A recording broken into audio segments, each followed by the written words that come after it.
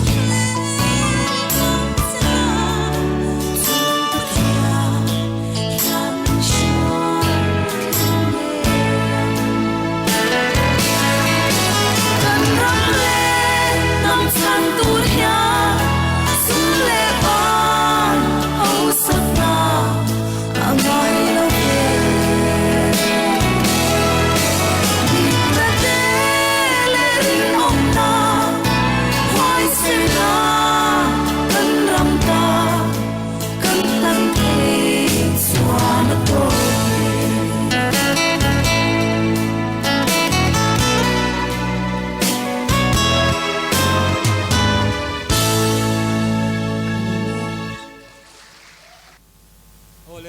มาสับเบระจวนผู้เจอเมนเละกันขวเลียนกับตัวผ่านแล้วกันผู้อยากผู้ที่ปีอยากเอ็มเอลเจอเมนมิโซรัมยูทคอมมิชชั่นเละอนุปุยเละอาฟาเตทินมันนี่ปูเรามาจังปลายเหล่ากลFaku Van Lalliana President Mizo People Convention le atho puite tin Zoro General Headquarter Lambatanga Local Pulal Muan Puya Punte te tin MZP Lambatanga Local Jacob Lalmuan Puya General Secretary te tin PSC Chairman Ubiak Hankima Ubiak Zumnunga Mo Aning Kasoi Pole Chi Mr. Sitiam Sela Ubiak Zumnunga Tin Dia tu Pastor Te Le Lai Dok Sana Thu Zong Zong Te MC Youth Wing Tuai Tu Te Le MC A Kan Pui Pa Tuai Tu Zong Zong Teที่เรากรุ๊ปไว้เมตจวนเฮคุณปุยหมดตะกาเฮียนจีไปกันผู้หมดเจ้านี่สุดที่รัวจวนมีปุยละมาชูมีปุยหมดตักมีสาวตักเตโปจีไปกันผู้เจ้านี่ที่ข้ากันสวยภาษาจวนให้กรุ๊ปไว้เมตเต้นชุดสวยโต้หุ่นกันจังเวียเฮหุ่นมังตูเฮียนจ้องกำเทียมเราเปิดไหมก็ก็วันจะเวเมาไม่เสียก็หุดขบไม่อะทุกวันไม่อายจูก็โอ้เสาเฟี้ยวเราดูระก็ง่ายอะไรชากด่านเตโปกันสวยอังเตโปบินเราปมสักใบเตโปนี่ยังจูที่ข้ากันเงียบมาสะดุดเจ้านี่ที่จวนวันเมอิน General Conference มณิปุระกันในโตนะวันเม Conference แล้ววันเมมาสับเปอร์ตูระชุดตาจวนินให้พวกอินเดียกันปลายสะอมตัก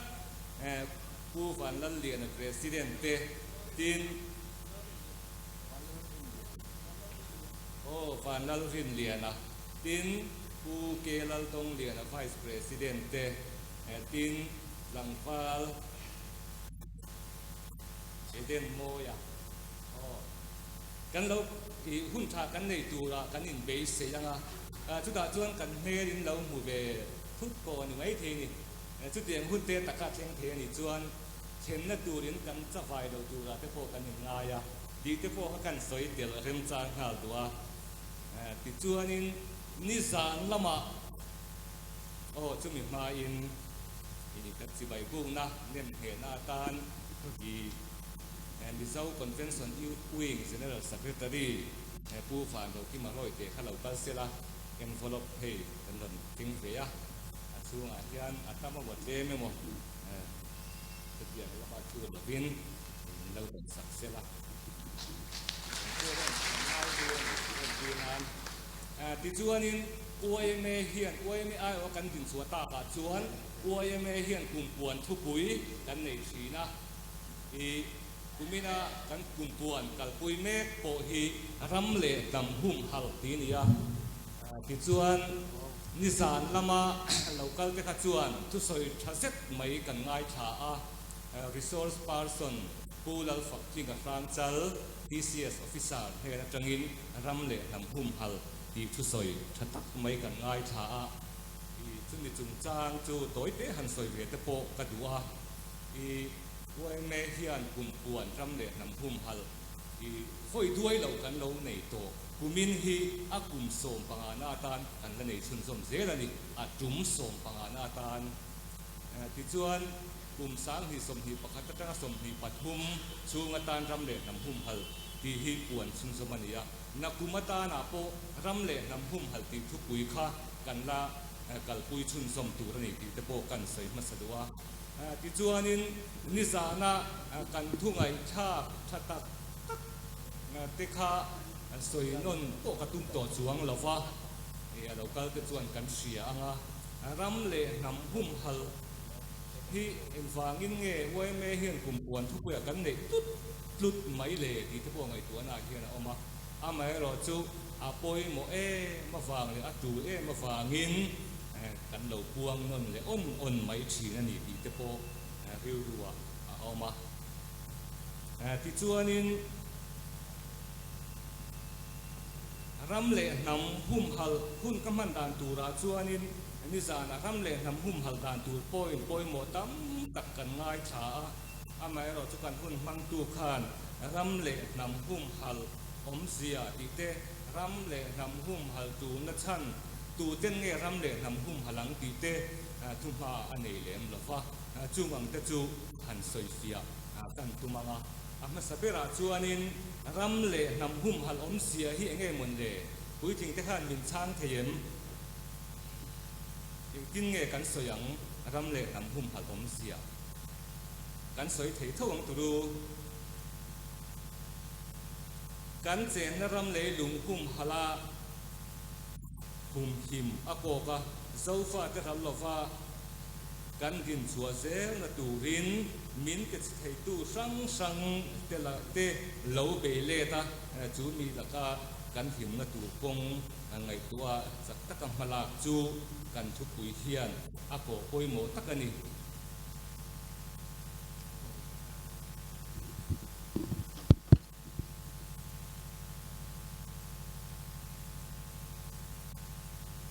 chuan to le chuanin ram le nam hum hala chu na chan enge ram le nam hum hala chu na chan kan se tho bang turu zofa te hi kan om na hian minorities kan nia wangin chim ral mai thei din muna ding reng kan nia chu wang chuan kan ram kan nam hi hum hal angai reng siani a dot le chuan hei lo hi chen na ram kan nei la fa kan hum hal angai ti chuanin ram le nam hum al chung cha hen kan ti le lokanga i mizo hian i ram le nam vei tu anga chuta chuanin social media atang te tin pulpit lang atang te uaime kumpuan thu pui hon tum te tin uaime thil ti hun pui conference anga te thu pui manga thu soi thata ngai tha kan ni thina i tun karon soi tu ra po mi soi to ofe te po niang a thar soi tu to pakha to chuang lo chu tiang ang chu ania i thu tha kan ngai thak to kan ngai thak tam to ngai tu ero chuan ram le nam hum hal konga hian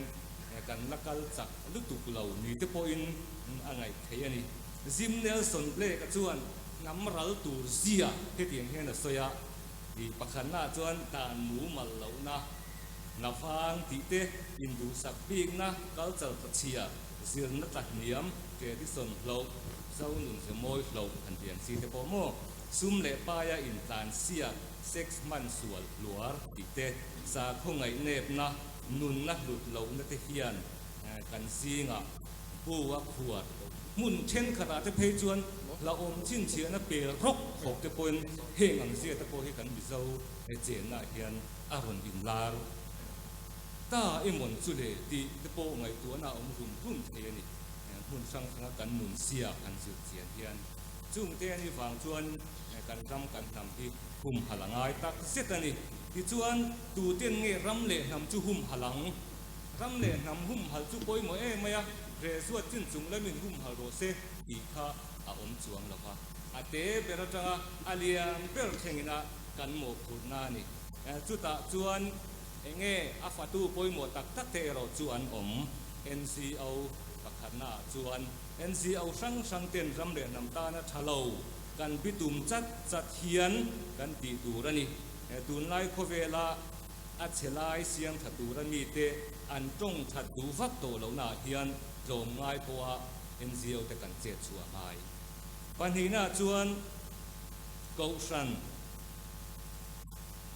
mun chen khata chuan ram le nam humal te chu ko san hen kan ti tu ko kan ngai lem lo ni te pon ka fia NCO ti tu lam heng ang te chu ti kha ani deu mo ti te po ngai tu na oma ko san po a che ta ngai ni kan mo ro se zel tu ve na ngai tin bible kal zong a che an omin che fata chul pathian thu ina ane akala piang te de ka kal ngam fe a hum ta ni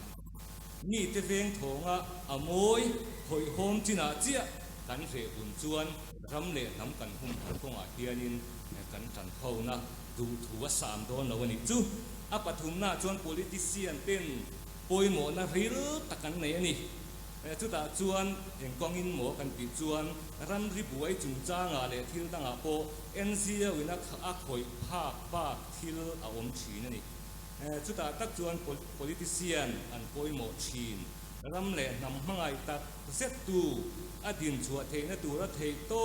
chua mi patriotic politician un din huna hi chuan kan mamo tak set to ani hi chuanin ram le nam hum haltan tu ti la ya chuan ni zana tu soi poimo tak kan ngai tha kan soi non tol kan ti kha ni zan tu soi kan ngai tha eng atanga poimo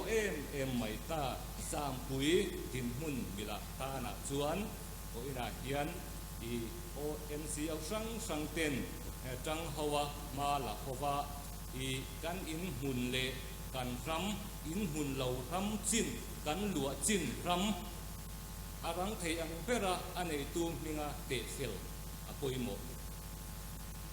sutiang anga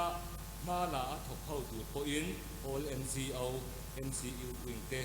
MC kan pui pa te tu puai me te chuan kan som tak setani tun huna hian ti chuan ram le nam hum hal dan tu ni zana soi lo zinga chuan du le po ni khat te po han din chuarem chan ka ka chuan han soi ta ila tang ka sungai na suala kan tu nek ni te po na langani tun kan tin huna hian hei tang ka sungai na ti hi sual tin veng ulani kha bai bula kan huna lo ni ya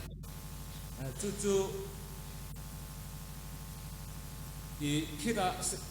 kan kuai me kumpuan hong tu reverend ma som dong le na kha a soi huai khom mai ka tia soi chon le po ai at to i tha ki po te po ka tia lian kia na soi ni i ko san rau pui na per te po hi suma in at per lo sual saltang a chan chua tam ko nga te a thim lai a sut en zual zel ko nga te a in hat zo kani ti ten soi piep maya a soi wai ka ti khop maya tin kau san sim te pon anek te sim o ti te pok ngai tua he tiang he na soi tel poka pathian ti ro pui chuang si lo rong bol na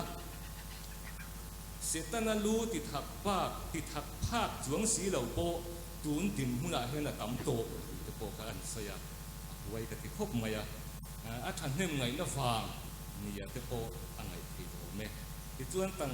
tang ka sum ngai na ka suala kan ti lu me ni in alangani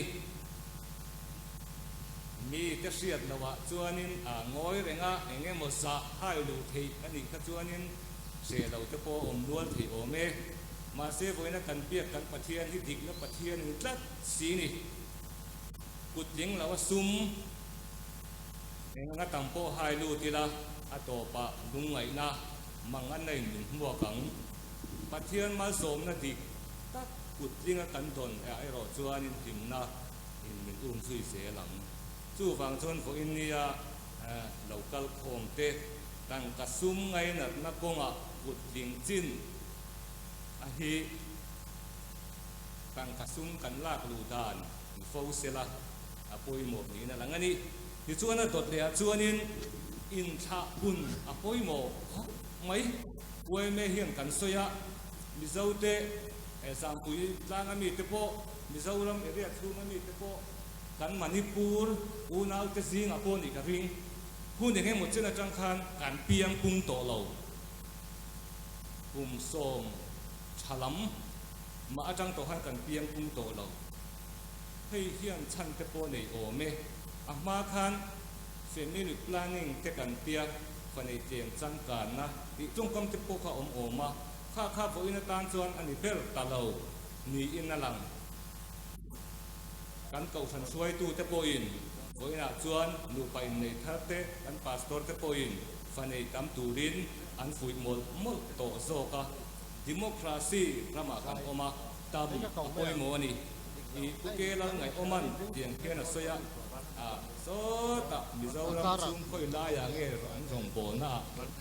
fa an han nga na lai leng khop maya an mei chi de chu baby messi nan ni ringut mai atia chu dia deu chon heng la ya ko we me kan senior ka pu chuan te an kan chen pui bru te khi pung chak ka tia zana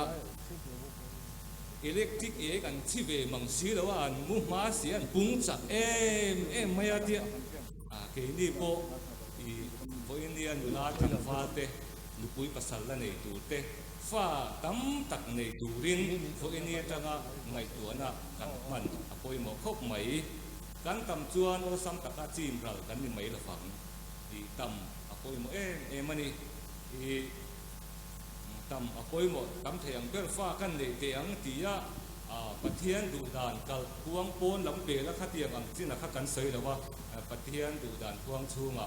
anu pakar atam theyang ber fa nei turin mura le kan fa ten poi na tangin ngai tu ana kan man apoi mo ani ti chuan ram le nam hum hal pi hi soi ong fo thina ma ko thei to chuan kan la thina atak taka chuan ram le nam hum hal thei tu chu kan piak kan pathian ani chu lo ni ta thei do den tu na pakat kan soi la pathian du dan anga hun le ni kan mana kan thil ti eng kima nam hum hal cha hum hal cha anga kan nun sia kan ta lana kan nun chuan pathian hen min hum hal chat ring eng ang din hun ha ma po ding ma ila i pathian ina enge a ven him tla pathian lak ka po ven him cha ang nun nei tu kan ni chuan kan ral lo wang ti hi ngai ta na om ve tu kani tania la le a thian tin sakei bak nei pu kan hlau lo eng wangin mo chu ai chuan pathian thu pe an hlau zo chu ni ke ni poin pathian thu pe sa chu tiang kan nun kan hun kan han chuan kan ram hi eng tika ama i eng nam ma in sam pui tang te po min lu alan hian ka ring lo chu apoi mo khopin ka sia o soi tu chu atam theyang khati china khan du to kila lo ne larin luit lumang le Tripura Group YME chunga lom thu kan soya hey Tripura Group YME te hi zampui tlang dunga kan NGO lian engkima kan ron le thil kan ti pui thin an ni an ni heta lia polian taka an lom hi kan lom hle ni Mizo Convention ang poin kan program dot le hi malzai mi la lom sangi tlaksi unit MCU tu inga tangin ania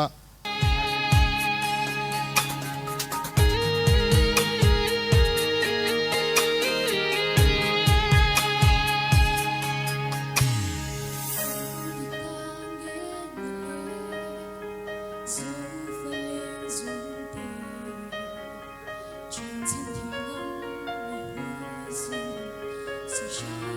cho kênh Ghiền Mì Gõ để không bỏ lỡ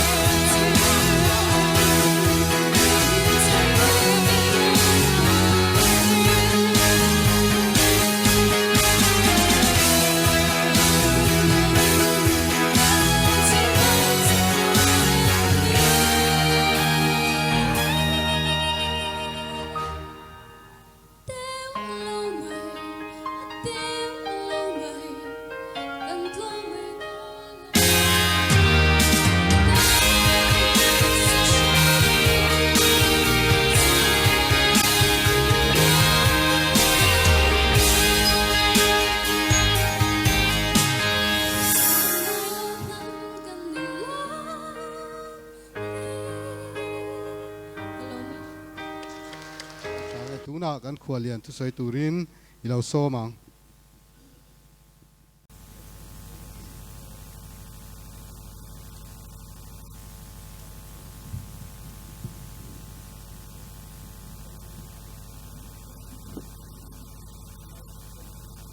Pu Nathaniel El Silo, Vice President Mizo Convention Youth Wing. Way na kan inform in kai shwai tu te. Then Reverend Vanal Thana kun ser min han sak tu te. Pathian he na kan program min han sak tu. Then Kulal Ron Kinga, President Mizo Convention le at hong kuite so hawa chuanin kalauzi zel sewa Dr. Zairem Thiama, Vice President General Secretary te then Youth Wing lama kan President te pulal du sanga ngani chu pulal du sanga hi nge kam hinga da kha thang lua te then Zoro lama kan Vice President pulal muan puya pun te atho pui pu Jacob lal muan puya le atho pui te ti mai toila an japi hi namle nam ramle nam pum khatna te nam pum khatna ten thol ho ke mem china bena poron lang le chat maya Finance Secretary te poron tella tin Manipur lama tangin pu lalrin liana le pu kelal dong liana te President le Vice President te Mizo People Convention nanti mo Manipur lam te aron tel bokan tholok le tinan thian te ron kal boka tin Tripura Group YMA akan hu tu te pula ro puya GS le athian te atho pui te maila tin MHP zampui lam shoi tu te ron lang boka in zavai in chibai ka buk chewa he ndo ka sa na thu ho te tin he convention mang tura ron kal zong te in zavai chibai ka buk chewa soi mai kan em on ni china khan pu kan joint secretary ka pulang nun sanga athu soi kharo pui le maya kan movement helai tlang dunga movement a chronological order in ai zom da nangin a history a khen da sang hote ngai nom devin ron soi poka voile khata a se thang lo tan te po khanen in convince mem thei tu tin history narration thade mai ron siama lo mom ka ti ni tin kan zai thiam te wanal han te nularin hlui kumang te ron zaya mizoram khovela kan suan verte handia wanal han te phei hi chu kan jing tho hi ke ni chu kan sai hal top mai zel ani an in vela kan an hu po hi kan ti top bai thina mani chu ko biala haulong chu kholian ve takania in zaruk chuang homna nia ka han ti tak mai chu thala pui tu te hin tam lu tu ka kan thu man meu lo thin ni le hianin nia chu tiang chu ni mizoram khovela poa an kan zai thiam kan performer lar ber te hania bena hian kan van ni emema unau te uvein kan in to khom chu a boruak atang hlemin ka sia kalo ngai tha chewa a sap tong takin a vibe a kal na se lein ka sia he hol chu nga hianin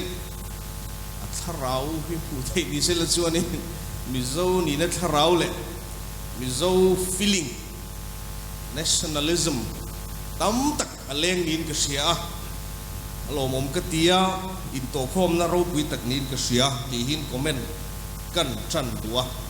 darkar ni lechan ve kan thu towa tu na ka tin hian darkar ni lechan ve pel towa ti khan kha in seat ala full tha em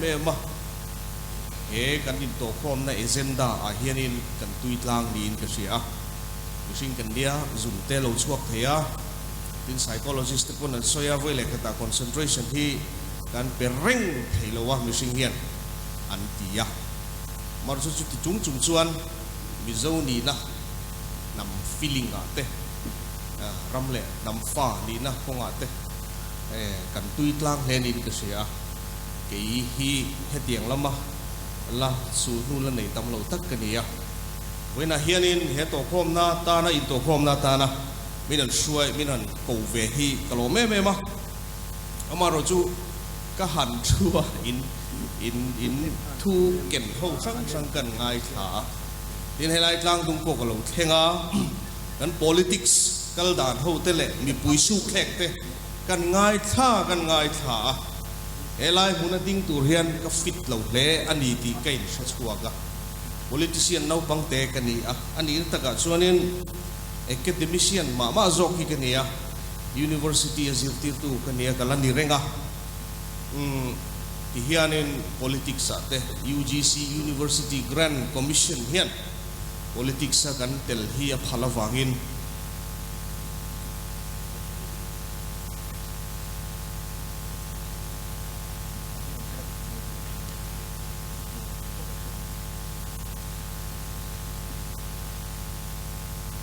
politics กันเตลเฮียพลาวางินที่เฮียนกันเตลสีตาตุน่าเฮียน elected member นี่อินลุงเลย North constituency อาจังมีปุยเตดูสักนาวางทันกินกันนี่กันให้ลำปังสุดที่มินกันบัพติสเขาทันได้วินกเสียบัพติสเขาทันหุ่นปุยเสียก่อนเตะให้กระเบียลเอเรียชูกันนี่ตุน่าเฮียน Chief Minister ผู้จะรำทั้งนั้นมิโซรัม Youth Commission ทลายเตะสังตูตุรตาน Chairman มินรวดเฟียตินชูเหล่าชูให้มี Higher and Technical Education ละมาเฮียนินจำในอินซังกันที่เขา University เตะ College เตะเอ็นคอลตูตุรินผู้ทั้งเตะเนี่ยดร.อาร์ลทั้งเลียนนะจันปุยตุริตาน Vice Chairman Higher and Technical Board ก็แมกบุกจุงสุตุนากับจันกัวอันนี้politician น่าปังตักกันนี่ก็สวยต่ออังคารตูน่าหินมาดิ้งตูเฮียนเละเฮลัยกลางตุงมิโซทลายเตหันฟุยพูระเฮ politics เตช่างปุยโมMMC ฮีมิโซ unification เตมิโซอินซอมคอมนะทินลุงมณิปุรละมาเตบาร์มาละมาเตบังลาเทศละมาเตตินเฮทริปุระละมาเตโซนาทักตั้มตักเตตินโคเวลมุนช่างตุน่าชนเห็นซาร์พัดตั้มตัวอเมริกาละมาเตตินยุโรปเตติน Southeast Asian country ช่างเตกันอมดาร์นัสน้ำอัง survive tools เสียเตตินตูนักกันตินบุญพิจวนวินกัน problem พิจวนที่เฮียนทริปุระpopulation ตั้มตักซิงpopulation claim เตอินมรสุดลางดุงประคัดลัวเวบกซีนกันอมกัน survival นี่จีนก็สวยตากันคาน survival กัน fight โชว์เมกะ politics บวยทักตะกะดินหุนากันอมเมกะจุงสวยตูร์ชวนเองฟิตเปอร์กันนี่เราติกเสีย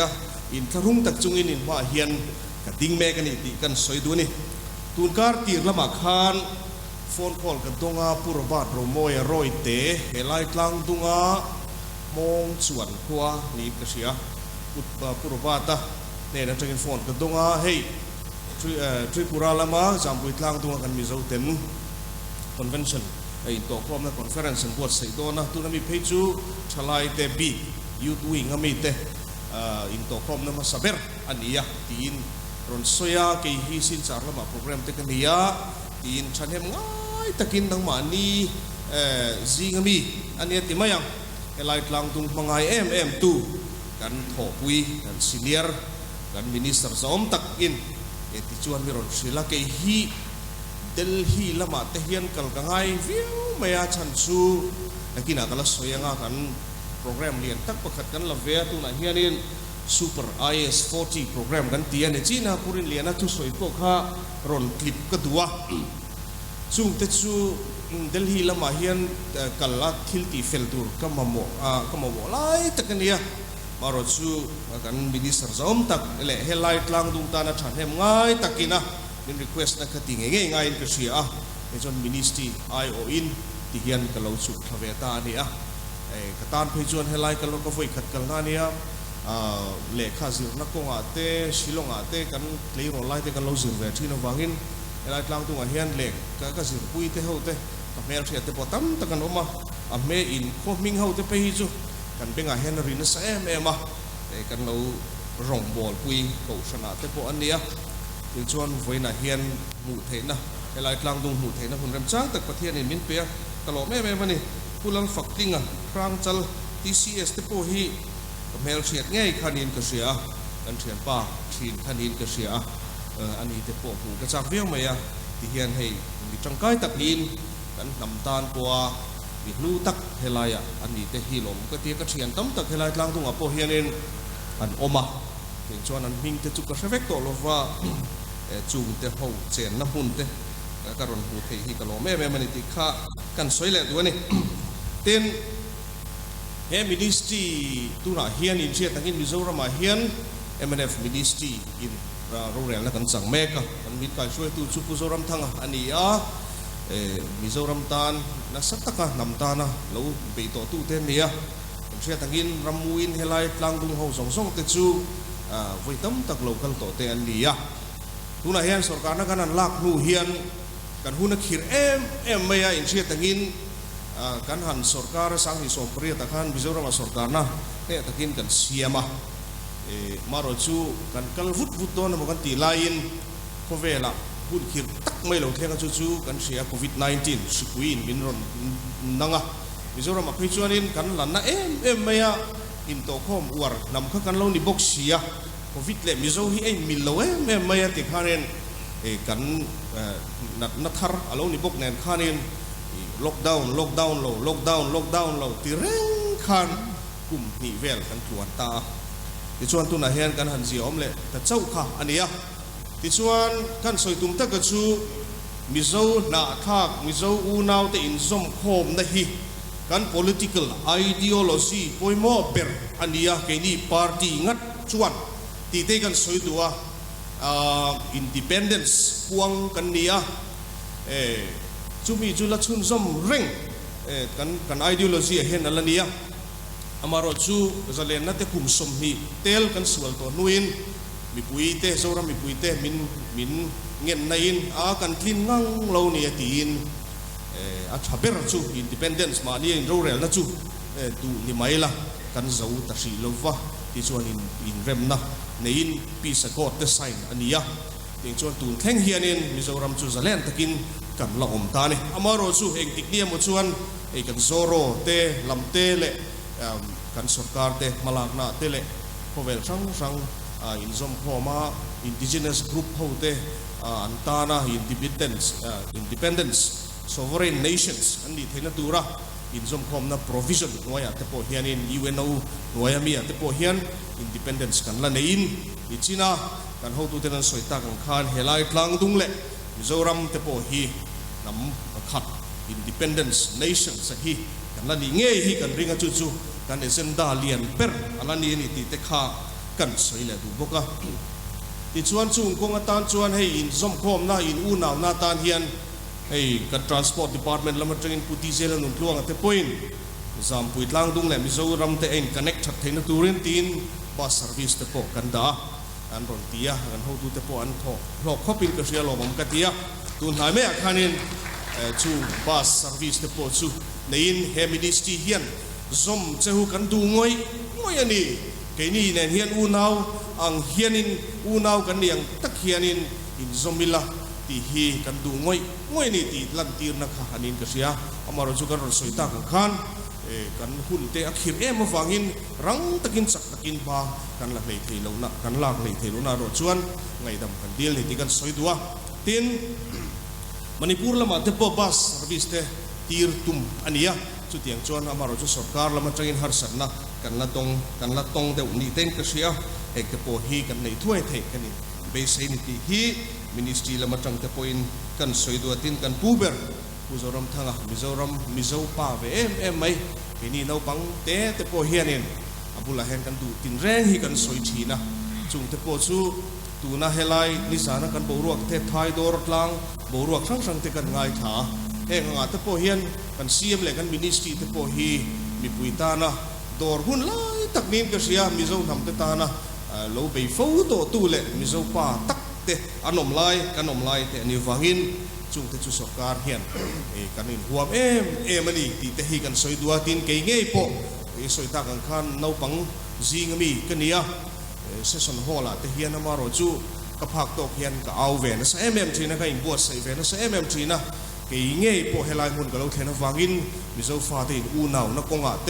นัสโซกะกันสการเลเวลพวกเอาง่ายนินก็เสียจุงหัวเตปจวนกันเซสชันฮอลกันโรเรลโตกันสร้างกันกิลหุนอาโปนัสตะกินกับเราเอาเวดอนนี่ที่ที่เวน่าเฮียนกันสวย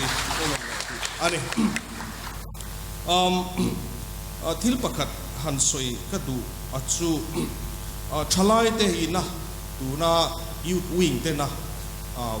อินโตคอมนะไว้ขัดนะบวชเสนาสาวินเสียฮิโลมกติเมย์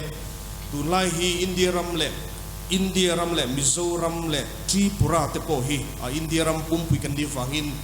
เฮดเดโมกราฟิกดิวิเดนตันทีจู่working group กันหันติกุมสมเล่ปริยกุมสมปังอากันติโซกมีสมปังอาอัจฉริกุมสมงาเล่ปักวาอินการฮีอันซาเซล population นะซาสมรุกจวงอันนี้หุ่นไลฮี demographic dividend ตันทีจู่อินเดียรัมเห็นอมไลอันนี้จู่มีมเจจู่ทลายอันต่ำโซอันต่ำ population นะเห็นทลายอันต่ำหุ่นไลตีนั่นนี่มิโซรามาที่เห็นทลายกันต่ำเมตรงทุกเชลวะทลายดวมตักที่กันต่ำหุ่นไลอันนี้ให้ยูคอมมิชชั่นเอ็นกอลดูกันเนี่ยทลายตักหินต่ำมันนี่อินเดียรัมปุ่มปุยปุยจุดเตียงหุ่นไลจู่อันนี้demographic dividend ตรงไล่ที่กันมันจังกายเทียมง่ายมานี่จีน่าสวยต่างกัน movement หัน initiate ตัวตันเตตินให้ business entrepreneurship กันหันตีเตมตินอิสระนั่นละมาเตปอันยังอ่ะ skill development กันหันตีเตรัมมาโซนัตักคอยตัวเรียนนี่ชลายเตียนปอยโมหุ่นไล่นี่อ่ะ demographic dividend ที่มันเทียมง่ายมานี่จู่ให้ตัวไหนยันอินมังเทียมฮัลเดอร์ดินก็เสียกันทลายกันยูทวิ่งแต่พอเฮียนอินโตคอมนะหุ่นชัดตักไม่อันบวชเสียตัวไหนเฮียนแอคทีฟตะกินนี่นักการมิงก็สวยไทยเฮล่าผู้ฟันเรากิมากัน GS เตเขาเตทลายรัวให้ไดนามิกตักเขาเตตัวนักกันในไลอันนี้เขาเนี่ยพวกเขากันไม่กันเบ็ดซ้ำจีก็กันนักตัวกงกิบโอยหันกิมฮีอันนั้นสวยเตียงจวนเองน่วมตะกินเกี่ยวกับเราแข่งขันในนิมิตละมาขันกันสวยดูว่าจู่ชลายรัวเขาเต้นแอคทีฟนะหุ่นเปียงอ่ะเฮียนินรำฮีมาสอนทีนั่นดิจู่ว่าส่วนชลายเตอันคูลาชลายเตอันมูดาอันมูดีอาชลายเตอันอย่างเงี้ยนี่งูช่วยแต่การอมนะหุ่นอ่ะส่วนหุ่นอันวมเทลรำอันวมเทลเต้นมาสอนเทลจู่ว่าส่วนกันชลายเฮลัยมิโซคอนเวนชั่นเฮลัยกลางดุงชลายเขาตัวพวกคุณอาเฮียนโปรแอคทีฟตะกินอันตาละนี่ใช่ไหมกันนี่เฮียนงงนะสักตักอันไหนยังตีกระริงอ่ะที่ให้กันนี่พวกมิโซรามามิงิน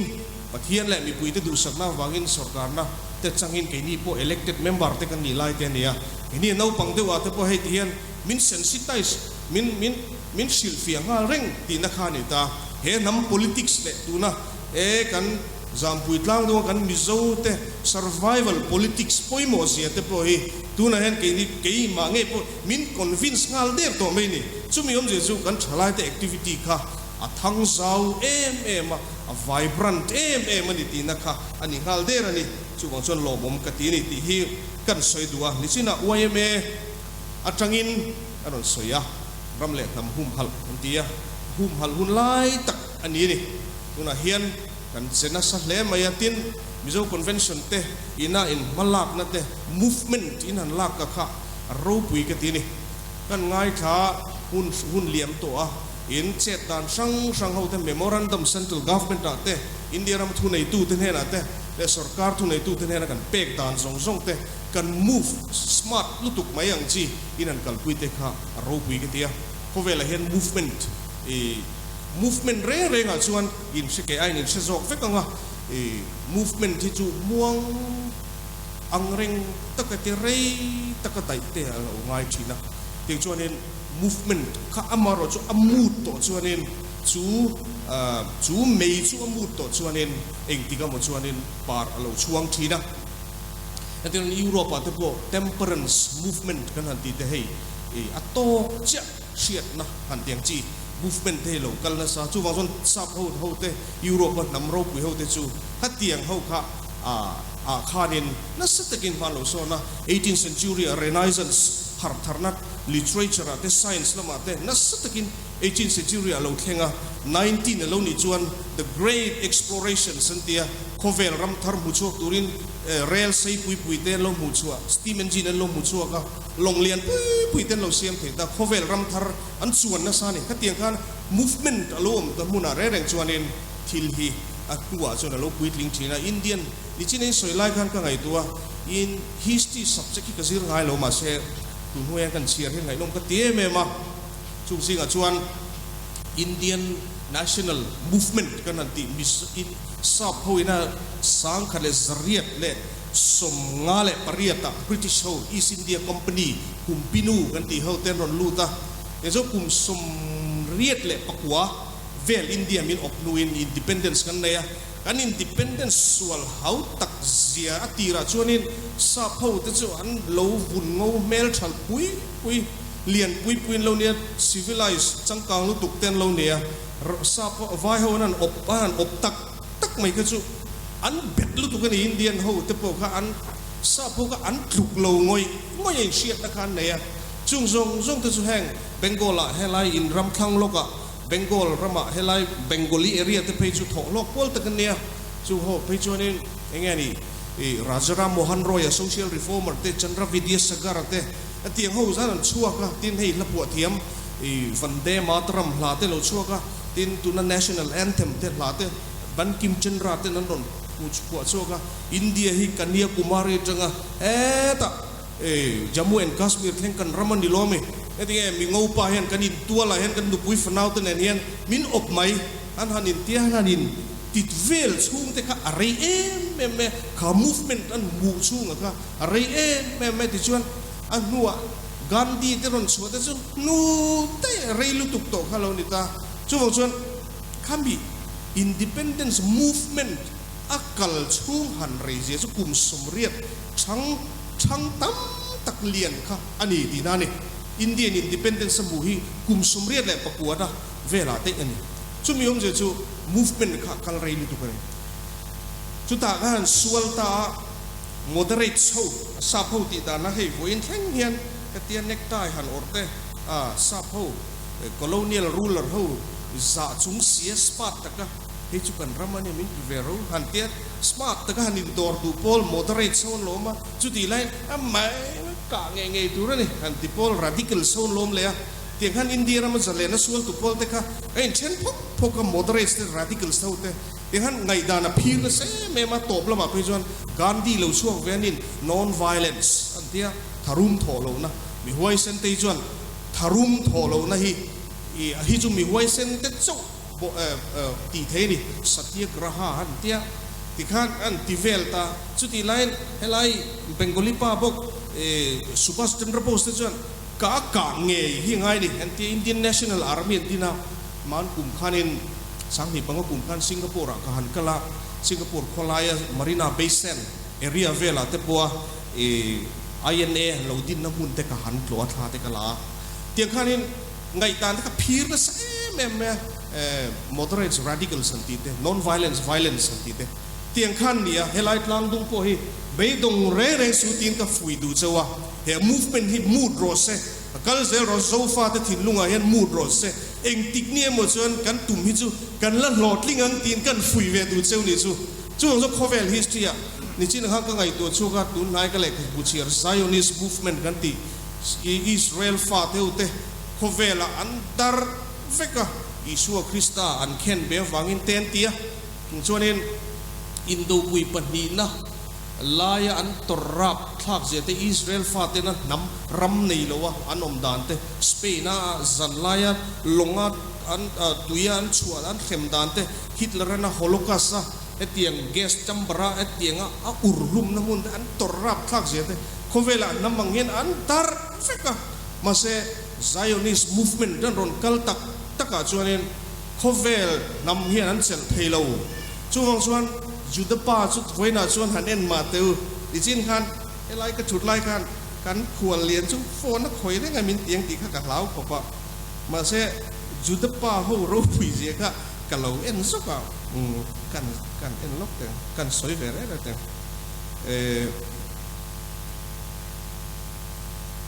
จุดเขาโนเบลไพรส์ต้องเขาฮิกันเอ็นะUS ริงวัดเทียนจุดป้าเห็นซาเลสมนิปกัวโนเบลไพรส์อันเราต้องฮะ UK สมเลยปังเยอรมนีสมเลยปฐุมอิสราเอลสมปฐุมฝรั่งเศสสมโซเวียตยูเนียนสมออสเตรียสมโปแลนด์ปังฮังการีปังตามตุกโนเบลไพรส์เขาเวลาทวกชัดจุงช่วงเขาฟิสิกส์แต่เคมีสตรีแต่ไบโอโลจีแต่พีซแต่พวกโนเบลพีซไพรส์แต่พวกเราเนี่ยเจลังติน politics แต่ติน economics แต่ดงเขาเวลาเห็นจุดป้าอายตั้มเฮียนอมลูเร่งอันรูปอัติระจนน้ำในโลกจูสังกัดสุกุสมลีเล็ปังงานอินโดปุยตบปะฮิโรชิมาเอ็นนักสักย์บอมันคลากโซข้านินโดปุยจูตบแต่สังกัดสุกุสมลีเล็ปักหัวเตโรสมลีปังงาเตโรสมลีปังงาจูมินหัวจนเกนินลิสเรียอินดิเพนเดนซ์กันหัวอินซาพาวเตอินโดวะกันปุยเวนัเตเละขัดเตียงหัวสงอาเตกันสวยดูจูจุดที่เขาฮิสตีเต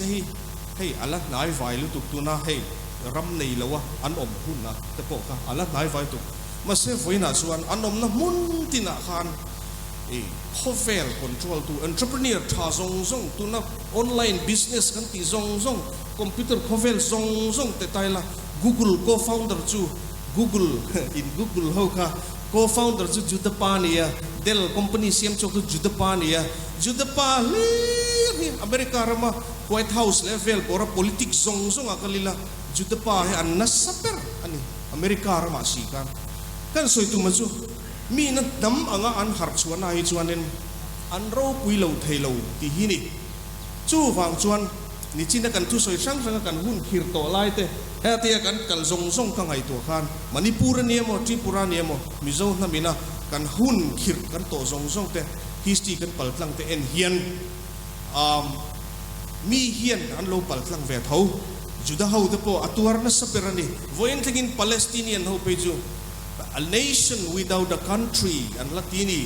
รำน้ำนิสีใน Palestinian เขาเตปอรำมันละในโล official ตะกินเตียงเตะอารมณ์เนี่ยก็เตียงขัน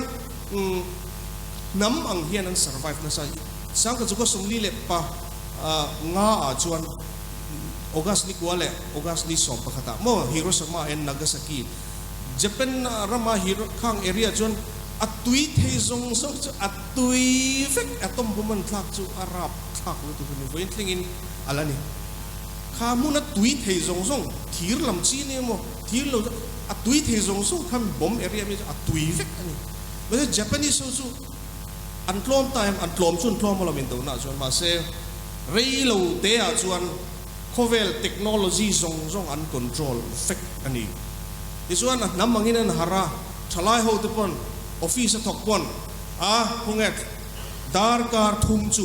ออฟฟิศเฮียนกันชุดนูฟัวลังรำกันจัดคุยเตียงอันเดียพงเอกออฟฟิศกันกัลมาเตียงอันเดียที่ฮันญี่ปุ่นนี่นะคะอันทิ้งลุงอันตูนสตาฟังอินญี่ปุ่นจูโคเวลอินน้ำรูปุยเปอร์ซิงอะไรไงเรื่องนี้ฟังนะเฮียนสังกัดจุดtweetให้จุดtweetฟิกนี่ฮิโรชิมาเอ็นนากาซากิที่ชวนเมื่อเซฟไว้นะชวนโคเวล่ะนำรูปวินนี่ดิฉันก็โลไม่แม่กันลูง่ายถ่าเอไลฟ์ลางดูอ่ะเฮียนpopulation อ่ะชวน voter พอสังรูปเวลจุกกันเนี่ยเฮลายเฮียนกันเซเวลเฮียนนำเช่นขัดหูซูสิ่งเตลเตนไว้เตลเตนเนี่ยกันเชียร์เบงกอลีเขาตักอเมนเลนะพี่ชวนินอันตั้มเสียจูกันเชียร์มาเซมิโซฮี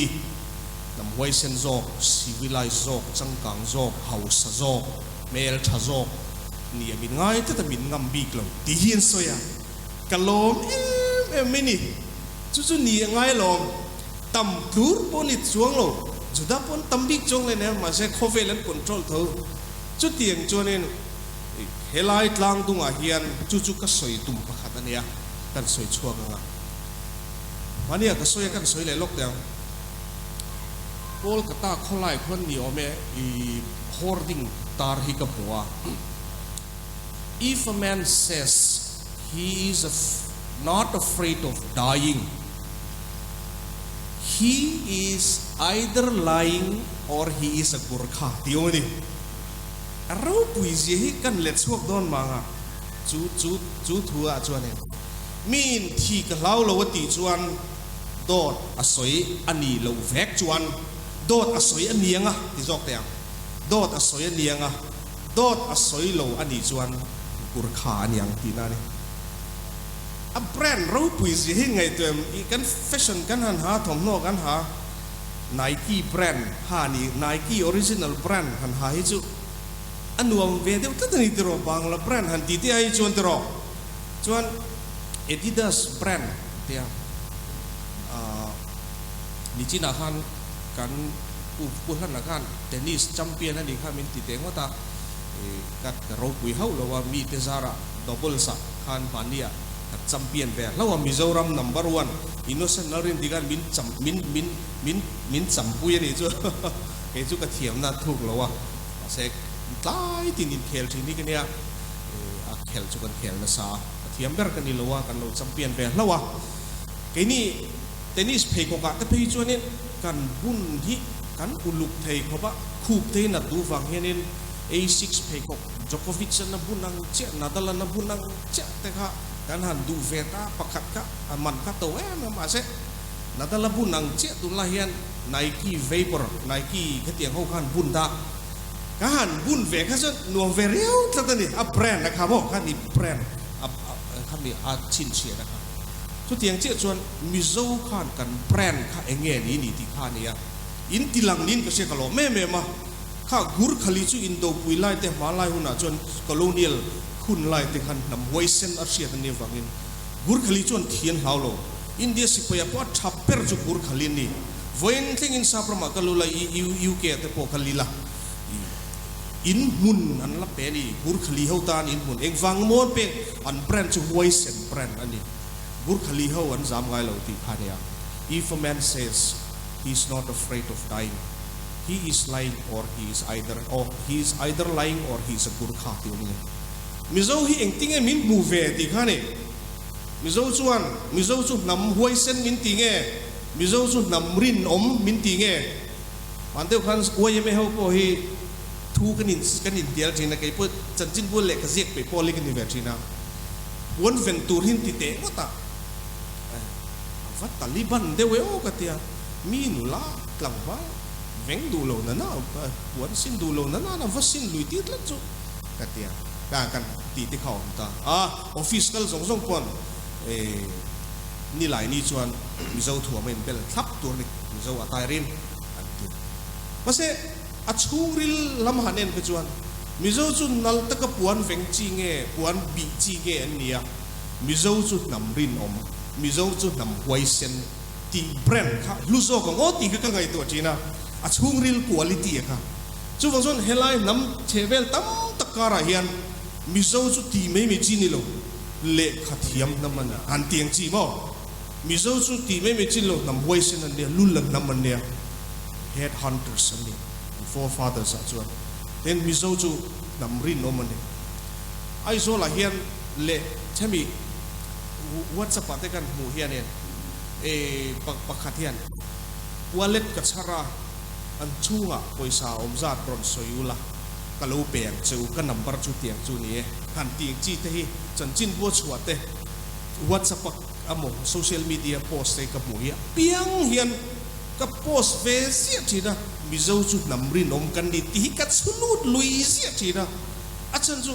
khovela hian amo ke mani pen namrin om ni hi te hi kengi la kan brand na hian kan quality hian thilu tak hi om se ti hi ka du thina tin tu na po hian ka in politician ka lo ni veta I policy maker nge ni sarkar mi pui ai wa policy siam tu zinga assembly house at lo thu ve zinga te ka lo om veta ka soi na sat per su kan how tu te poi development in soi rol hian ngate tlong kami in ti reng mai ti ka soi thina ngate ge agriculture te in ti reng mai tunlai hu na hen a chang ka na development ICT ko vela te thenoma te po West Bengal te po IT hub kan ti te technology park techno park kan ti te techno hub kan ti te Silicon Valley kan ti te atam lutuk to sung do na le changka na ture le nam anga har chuana nam anga champion pui thei tam lutuk to chuwang chon kan development khoi dan te pui thak angai ti te ka soi ve ka sachina chunga kan ti chuan ka in nga na bul pui per pa ka chu ni china khan kan soi ram chu lulutuk chu soi lo lumani ram nei ni hi atlut zia chu Mizoram ako kan kala drum kan nei ni Mizoram mi chu thei lo Mizoram ani kal me ni chuan ram ka chu asset lulutuk chu ani ta ni ma se chu ti line chu mitluk thawal lu ne ka ria chu human resource he kan di shi ni Mizo fa chu zai thiam tak ngam kan ni Mizo chu skillful tak ngam kan ni Mizo chu le khathiam ngam kan ni Mizo chu tlom ngai ngam kan ni hemi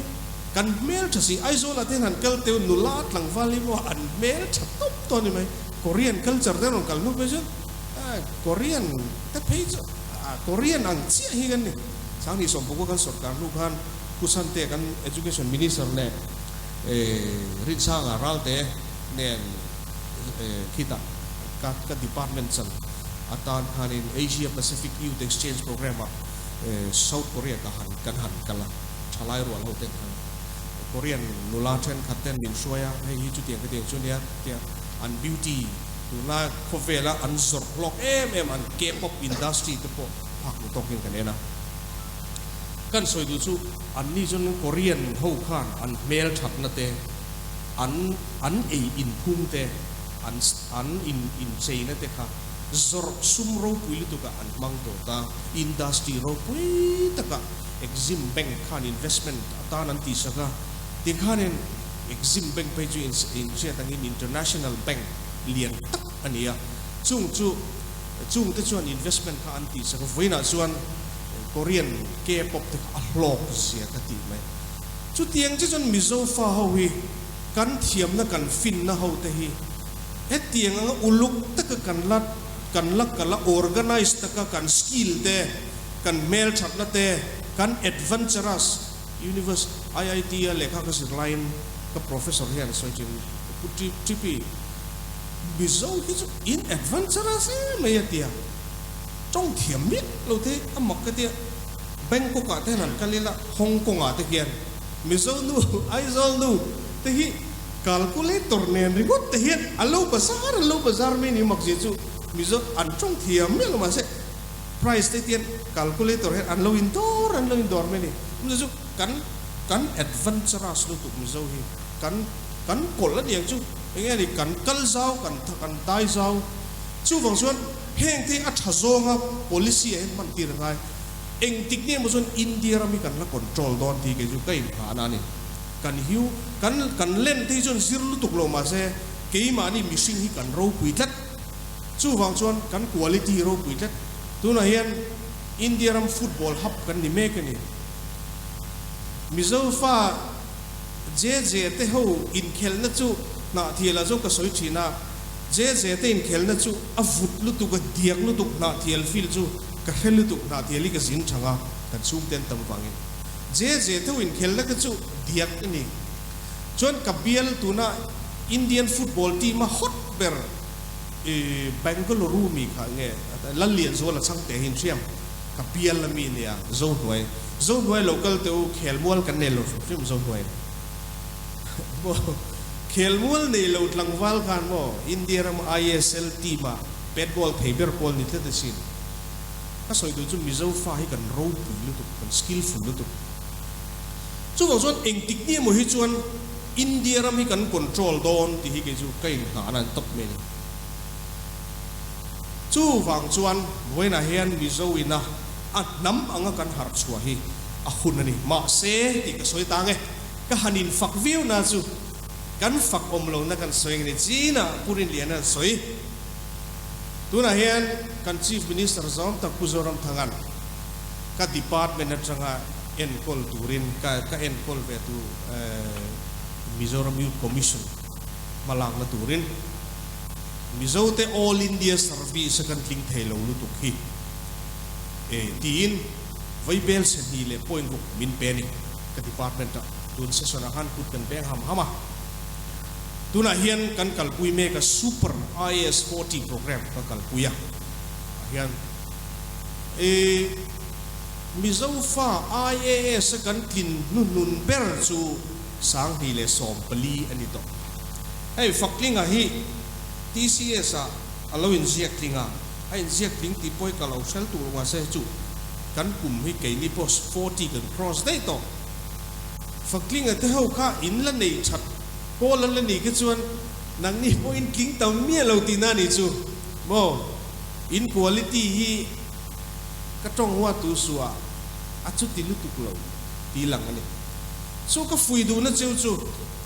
all India service ate hian IS officer te IPS officer te central service ate IRS ate IES ate han ni dul Manipur te dik tak chonin ati zaum chu ni Manipur hi mo central la kalila udhyog bhavan ate krishi bhavan ate rail bhavan ate kalila Manipur pa hi alo omsel meni staff selection commission an tling thati na combined defense service an tling thati na then all India service an tling thae em miso anom talo chu chuan ke tak ngiel pui ka ril ru ti ha ve ni chu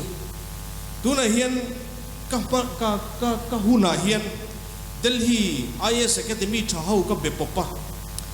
number 1 in Charlton Vajiram and Ravi nei tu te ho te ka thiana ka siama Arjun Ravindran te chu ti hian bia ka bia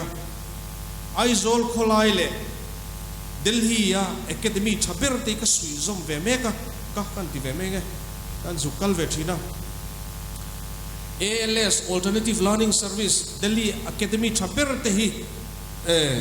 an facility te ka mantrang kaya Vision IS an ti te hi ka tu na isa ka tu na hian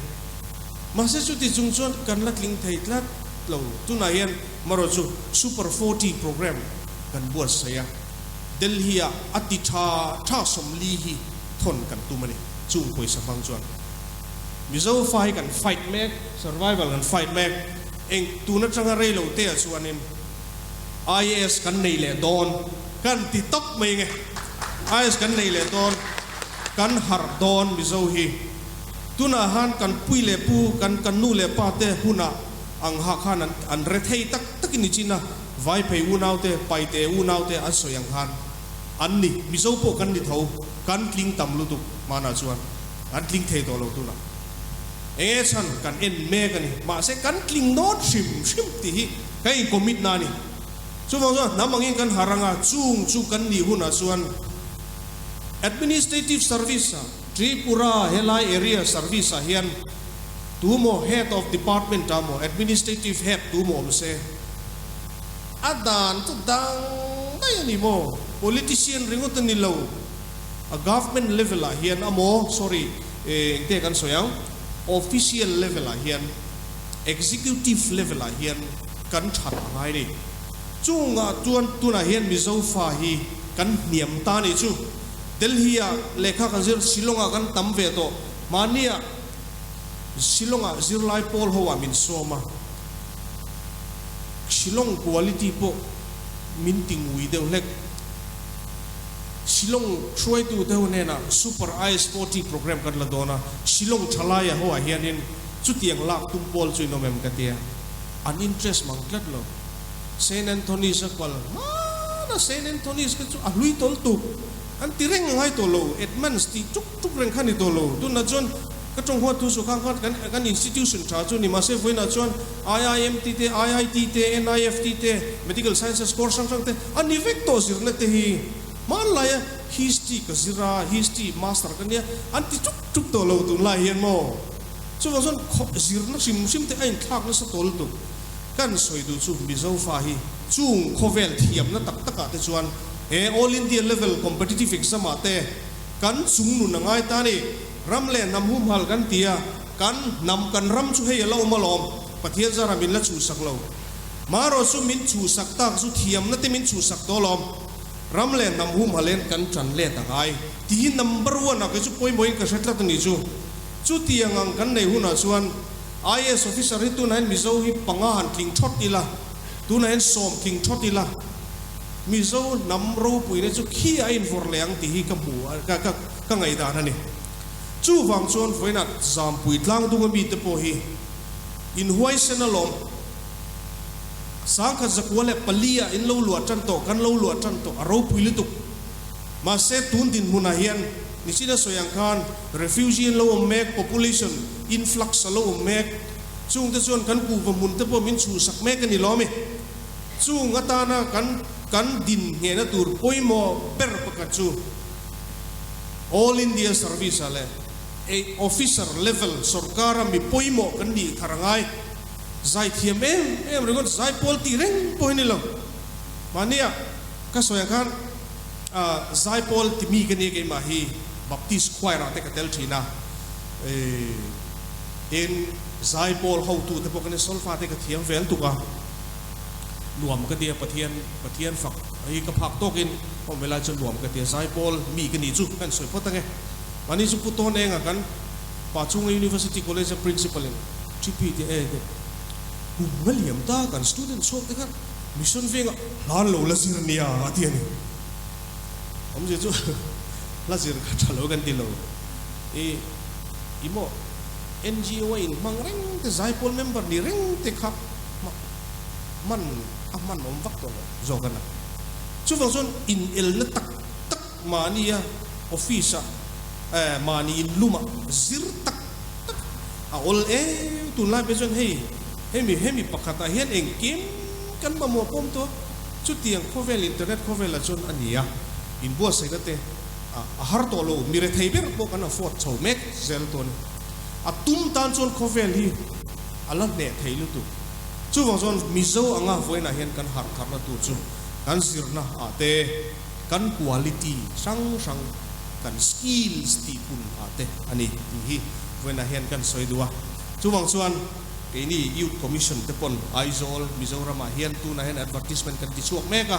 june ni som ni le pali a hian del hian tho theina chuan man zong te an tuition fee te an so e man tur te tin taxi han chuan man khengin min noi li amamo chuan kan pek sak vek mon kan ti ni tu na hian chu tiang anga scholarship tha te chu India ram hen om po ka happy glow re ma se chu ti chung chuan an so lo ringot to men chu tu na ten di len la tam lo hanin puang tai la ni zan lo ka khan mi som li du chu tiang chu local ru kan tia ma se zatam man la dil tat la chu chuan tu nge kan ni hilang ti ra ni tu khovel competitive sang lu tu wala to stand upright in the highly competitive world hi chuan thori mangai lom tingai lom Ronaldo footballer hi football pitch ahead omre pe bel thinan ti tlatani tennis player how te hian ni tin dar kar nga chu khel zia an ti ni chu tiang chu mi fa te nam anga ting chuak tur amo mi mal anga ting chuak tur te ni ta zam pui tlang du mi ten engza nge na kan to kuwa ringot khan a chan big lo me thei chawa ase kuwa kan hausak na te khan enge India ram level a state level a hian min pho so don ti te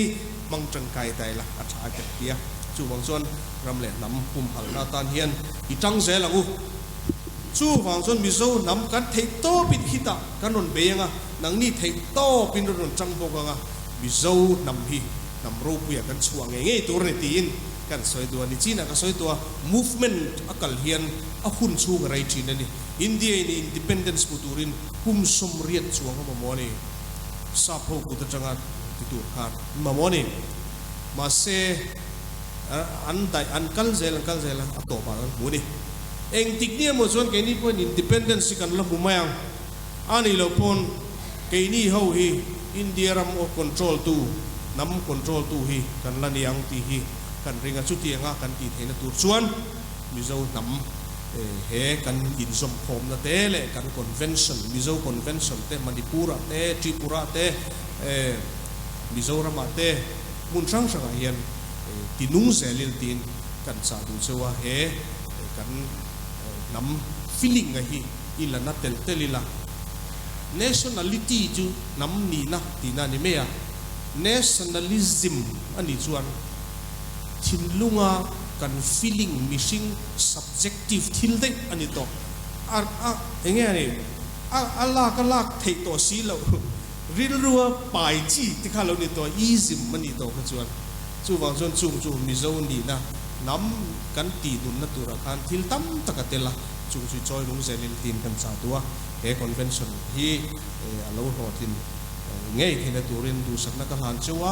mizo nam hi abul zel thina turin athiarin minom pui ze ro se kalome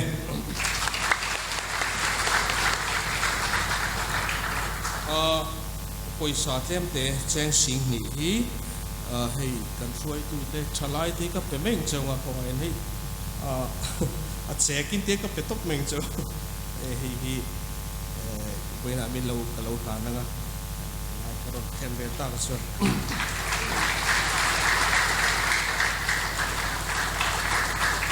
kalome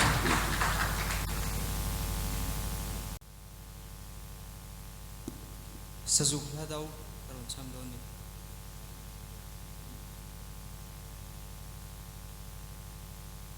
Sulne atir jamo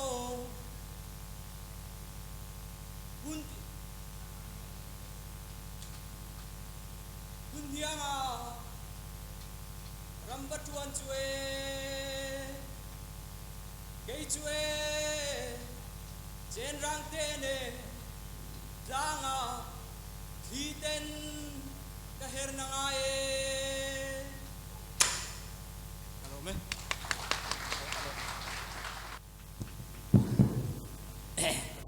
kan wai de umul to me kan thurei box se din te po ding vela kan so mang cheu ding turin la khatal chu kan che yang chu ka ti sim wangin sa thok mi kan ne ka tholai pang pui chu fam lu su kan ti do na kan an pharda da nga fe la ti kha rong me mo han en sila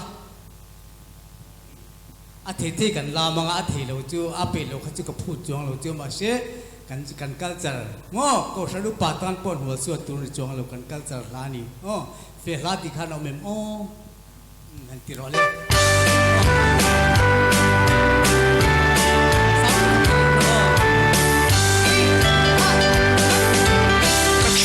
lai pa chu pam lul su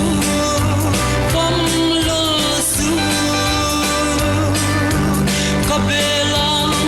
che van zo ni dun lo chang oi ma pa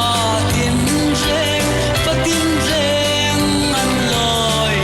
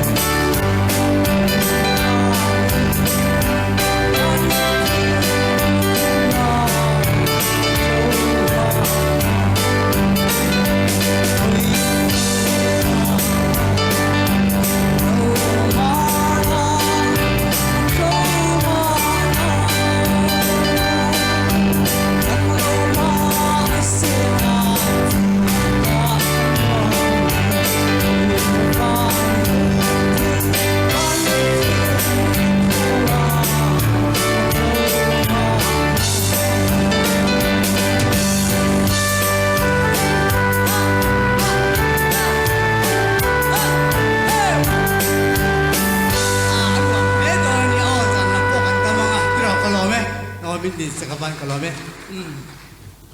กันโลเมแต่ทรูไทยโดนครบไหมค่ะกันงุยเดวเงียหลังโปหารอนใจก็ชวนกันนุ่งเดวสร์กันลิมเลเดวสร์อินาเชียตาเอ็งโปนี่เสละจันละมาหุ่นตำจอกเตในไทยตูไรง่ายละสุมีตานชวนลาวินริงเลเซลเสละอาชางเอโอเลกันโปรแกรมดดเลียกันกลังอาตุนาชวนทุสอยโตยผู้เบียกจุนุอาบีเอสเชอร์แมนจามปุยฮิลฮาร์ดบล็อกกันลุโซมา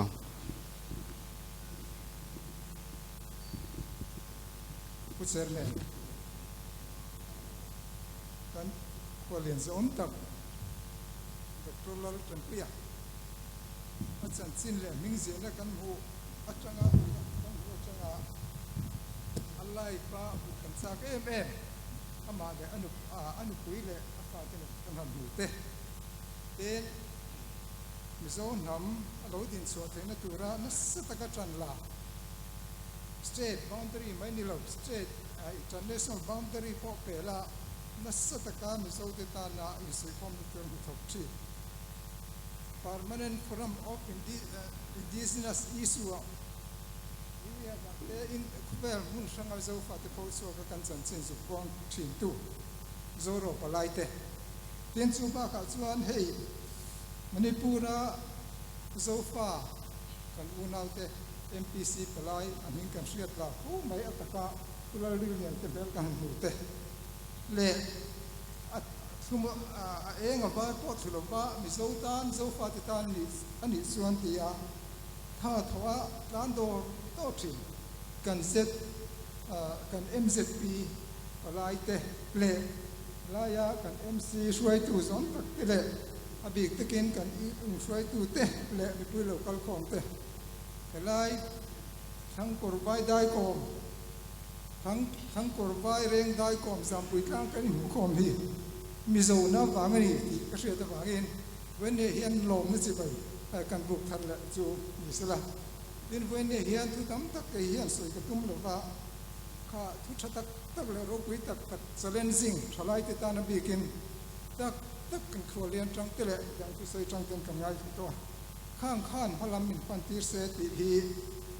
ถูกกันสามปุยไปอ่ะเดินสติไลน์กันช่วยตัวเต้นหุ่นมินเตกตากันสังคมนี้ขัดเล็กกันสวยสาวเดี๋ยวชุดดูจูให้แรงรำโซฟาแต่เฮียนอินปุ่มขัดน่าตัวเฮียนกันพอยมาช่วยตัวเต้กัน MZP เตะพอยมาเนี่ยพอเฮียนฉันเห็นง่ายตะเกียนปรงอันโบลากันเราถกเขาต่อเมฆสีนะที่ชวนจูงกันสวยตามเปอร์ซีกันนี่จูเอาอดีตตะกินสติลายินโซฟาเตจีปุระสวยคอมนตัวตานเฮียนกัน MC ช่วยตัวกันเปอร์เซ็นต์เขาตับปุรมโซนันเฮียนอันภาษาพายะเตกุมลัสระเตกันโซอูนาวเตเรนคอมปุยเตในยินกันโลสุเปอร์ต่อจุยนะจูกันสวยเปอร์จูมิโซนำที่กันสวยคอมปุยหมดที่เฮียนกันอินปุ่มขัดปุยหมดสมัยตอนชวนตัวน่าเตรียมจงเตสุริจงเตฮาลามจงที่วิโซจงซิงกันปมอเมริกานำฮิกันอินปอนตัวละตอนชวนจงกันอินปอนเทนตัวกันนี่ง่ายนิดที่ฮิกันสื่อเพื่อเนี่ยสู่บางส่วนเพื่อเนี่ยพวกกันสื่อดูจู่เพื่อเนี่ยโลกาเตละกันทลายเตบิอัตานเฮียนจะเล่นนิสระกันดูจู่กันอูนาวเป็นเนี่ยกันโซอูนาวก็เสียงเราที่ปุระเนี่ยกันอูนาวตั้งตักกันเนี่ยนะเฮียนอินปุ่มขัดกันตูเสียเลยจู่อันอาราชวตัวจู่ทิ้งชักกันนี่กันโบราณเราเนี่ยตัวนี้ที่ใส่ตั้งเฮียตัวเองก็เสียจู่บางส่วนเป็นเนี่ยเฮียนสุดที่ลำห้อยซองส่วน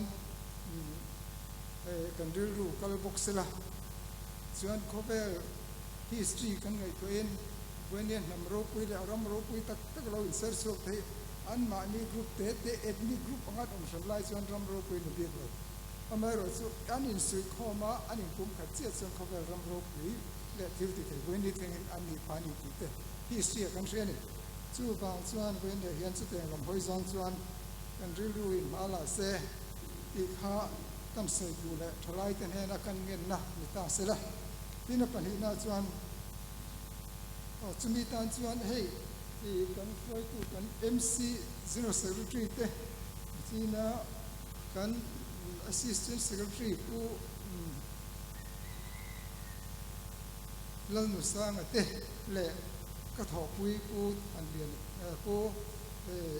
lal than zual sai lo te le te lal thang bunga mania ei kan ser lo du chuwa puta agartala tripura mizo tong ti mason tura advisory committee tundin muna bigin sarkarin chairman minda veya suda chuan mani kan meeting thalu ni samparet kan meeting nu bera khan tripura hian hei tit one le two teacher eligibility test antia hian mizo tong atol belwa lassa takin kan chaya kan soi hova kok boroka tel theison envani mizo tong hi tel bang tin kan challenge ani chuan me thunai tu ber chu the recommendation siam tu chu teacher recruitment board and TRBT and the chu advisor and chairman chu and to maro chu in than go like that le ngemo sarkar in six or go line line go to samin kan he thore chu chu ba ka oma chu ta kan soi chu tet one le two a mizo tong tel da turin kan thalai le khathiam te tan cham som de second dia hamia khan mark som thum lai lo kusia tuna mark som sari ho po hi mark what the end is ban anting le te ko chu amar chu director te chuan min ti ama exam le masabra chuan alternative english mizo an le pe ma pen kan da ti ka min ti ma chu kan se du chu ten chu ba ka chuan subaka chuan hei mizo ti hi tripura sarkar mi hria da ne lo tlata rusai ti ni reng hi kan hloi tu te hei ba tur thiam te angai na hria hian na sa ta kan be ya ke ni po ke ma ni committee level a po chuan kan nora ti chuan eng po ni se chu ma ba ka lo ma ten zirlai hi primary school atanga tu na hian truak an chume ka committee na bua sai kha chuta chuan NCRT min su sak me ka ni chu ko chun pe tep to a 12 le mizo subject 11 le 12 chung ta na bitran kai tak kan pholan du chu kan thalai le khathiam thang thar zinga kan academician hei tangwa sai ding le lo ding luk te se an le hin thang kai ema chunga chu bas takin nan thoka aning kan tuma an le hian an thang tuma ni chuan hei kan ti la tu na hian mizo subject thu a ko en non tur le siam that tur kai chiam tur ania an ni bo khen halai ni bo se sak don ani chu tiang chuan mizo tong tu pasan de ti pura tu lani ti in kan hloi tu kan ma kan la me kan ti ka kan ser du lok chuwa ten chu ti lai chuan kan se da chu hei ko india thalai em ma sa kan local khoma i general conference pasabera hian thalai te tan hei challenge ni se ha kan khwal len zong takin soi to a den kan soi to dang te point soi to kan soi to a zir na ko nga hian na sa ta ka thang lag le zual thalai ten kan ma mo ti hin kan ti china pia nga hian professional ei tling kho ei mo kho le mi te en ton ti mi te tluk lo tur ko pa zir turin thalai ten thani lang u ti hi kan soi to ni ti chuan wen le hian te me te ho te tron pui na base in 11 hezam pui tlang tan tripura zo fat ta hi nge ti thei ve ka ni ti ngai ko in challenge ne in istirang I thok ang uti kha thalai ka ne na kang yin na ni sela ten chu ba ka chuan kan sei da tu chu hei ko india hian ka tun kan tin mun hei in shu ngai lovin kan sia a zo fa te mizoram chung po niang manipur tripura po in po ni ro se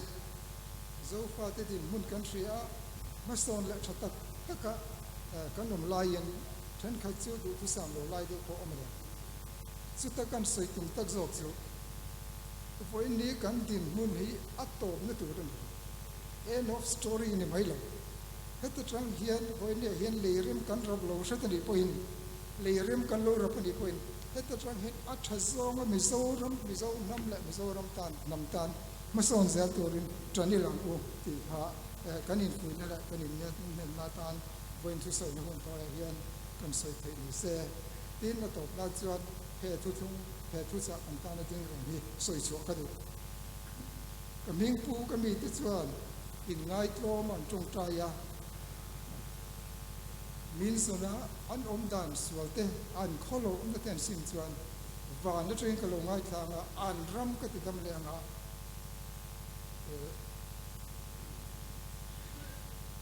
อันรำก็ติดดำเลียงแล้วป้ามิงปูโคสมเด็จคริสเตียนเพียงทารินติเทียนสิมาอินเสียมฉันในตัวเพียงอัลลัมฮอยาอินง่ายตัวมากันจงใจส่วนการชิเซลโลนเตการจักโลนเตการรำดมโลนส่งตีดำมิตีอเมริตีนง่ายตัวน้ำมันลาเทปโตเป็นจังอุกลอมเม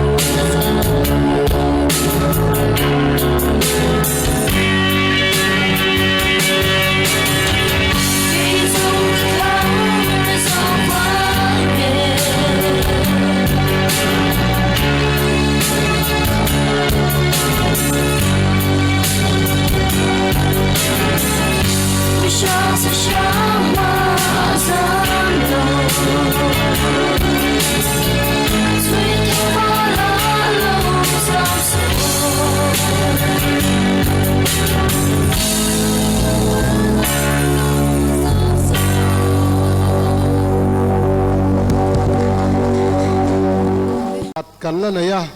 มิเจ้าคอนเวนชั่นออฟฟิศเบียร์มัวมิลยันสันตาเตสอยมอยนะหุ่นคาลันนักกันในโดนะเฮมีลันนะหุ่นกันในโซเฮียนกันหุ่นคาตบโดนะกันหุ่นตบพี่ละลีส่วนตรงใจด่านมิสิที่รังอินกันตรงใจยังอ่ะที่ชวน kan hun chu kan ti top mai anga helai local khom mi pui zong te program anga local khom zong te ruai mun pui unit 10 tuinai takin an buat saya Suzuki lau vek turing kan in soma tuma choi lavin ho lavila ti kha zampui MC tu hruai tu te du dana nia tin zanlam program po kha kan la na ya hei kan zai thiam te hau pon la che tak dona chu wan chuan zanlam program po kha tam thayang berin mangila man tumila a thaw me ole tuna MC mual min yam santa te MC hruai tu te choi moi na hun mang turin tlangwal rem tlinga finance secretary Mizo convention I tuing lo soma ole voinia ei Mizo convention office beer mual milam santa te choi moi na hun an mangdona amasain an ming chia chuana kan nei nge pulal ngova president pu kam ding liana vice president pu deng hera secretary pu arthang loya treasurer pu RK Liara secretary pu Zau Sang Lura secretary pu Ram Zawa Silo president pu Zeding Liana vice president le pu HC City Dola joint secretary then ya pathum hi kan kholian zom tak Dr. Valal Champui Khan min sem saksela chumi mai thui chia chuana nei lok nge choi moi na kan ram le nam chan tura thing ser sat reng ram zo fa te ma thir eng tak min hu chia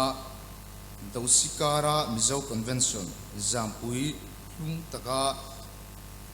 iswa hi kan ngai luin ro pui kan ti a kan choi moi che ani ti lan tirna Mizo convention I wing zampui chuan he choi moi na thuzia ki akla na che al du sang athangwa president le van ro kima secretary ten mingan sign ani pulal ngova chung te local se lai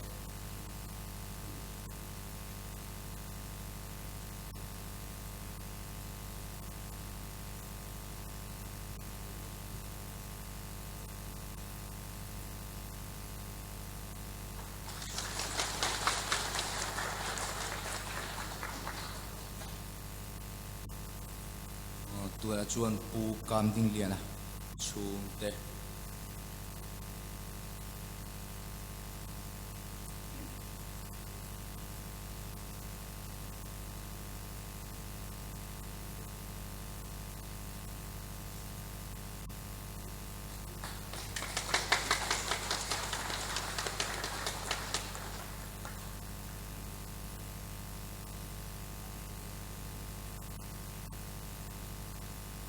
pu deng hera chung te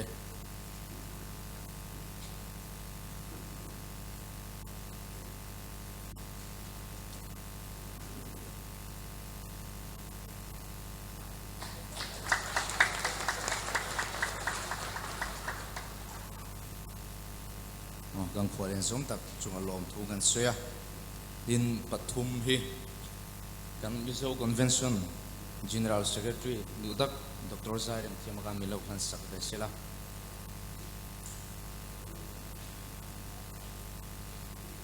pu arthang roe chum te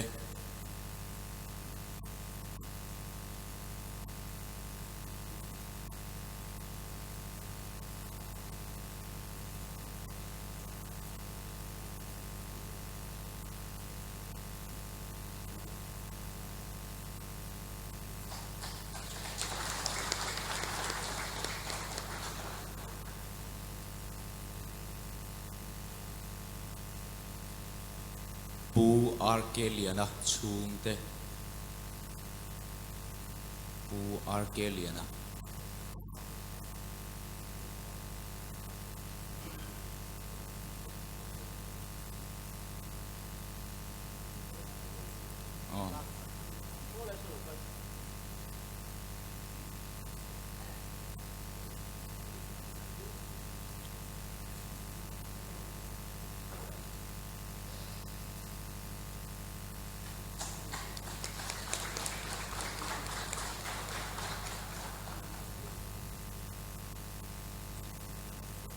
pu zau sang lu ra chung te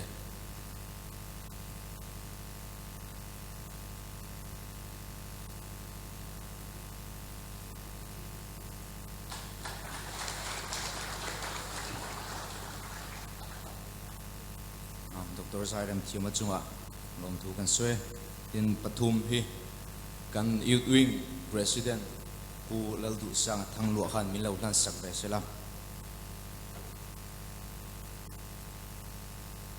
pu lalram zeva sai lo chung te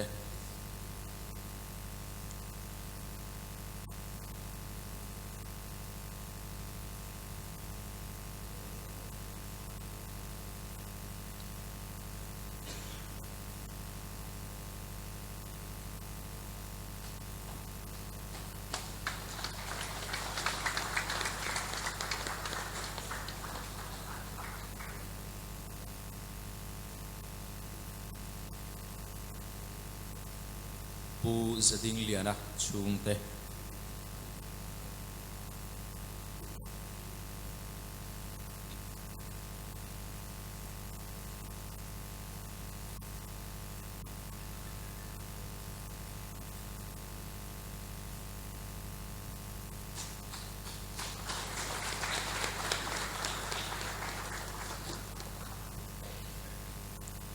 pu HC City dola chung te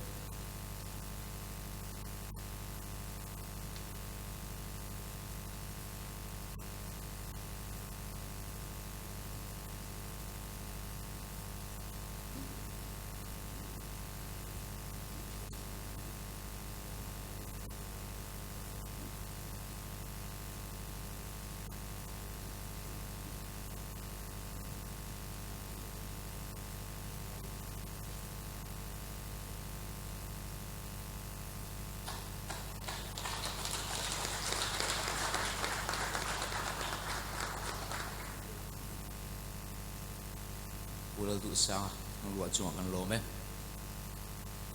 khang kha mizo convention su tu mi poi mo tak tak te kan choi moi na kan pha kang to ga in kan pan the chu ni e ka lo me ti chuan kan hun top kalasiam do kan puang le lokanga puan tur pakhata loma mizo convention youthing executive committee kha zampui kan khwalian hi thalak pui ni sel hemi program zo hian ti chuan choi ma khamin ka ra khan thalak pui na hun nei turani MC youthing zampui executive committee member te kha kan om fuang hal don nia ole tuna chuan kan hun kan lo ti top don tonga tuna kan zawa in kan lo tinga lali suan tong trai da na zirti rai ngan tong trai nga kan trin don nia i lo tong trai yang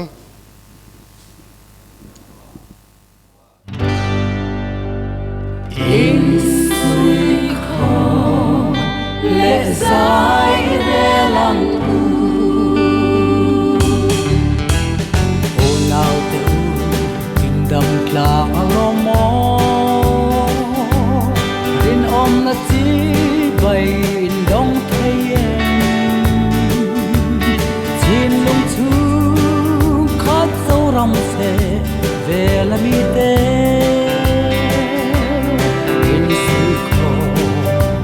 dài để làm ô trong lẽ hao cân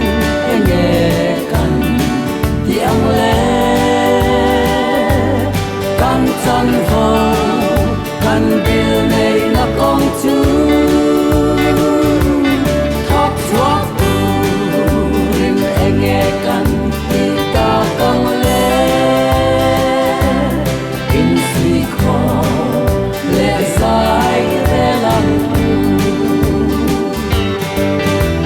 hồ nào cứ hành đòn non lệ tự khó về lu nào nằm đằng chia tiếng xe đi can đi na chúng phát hiện lộ và sáng khang in suy khó lệ dài để lòng ô trong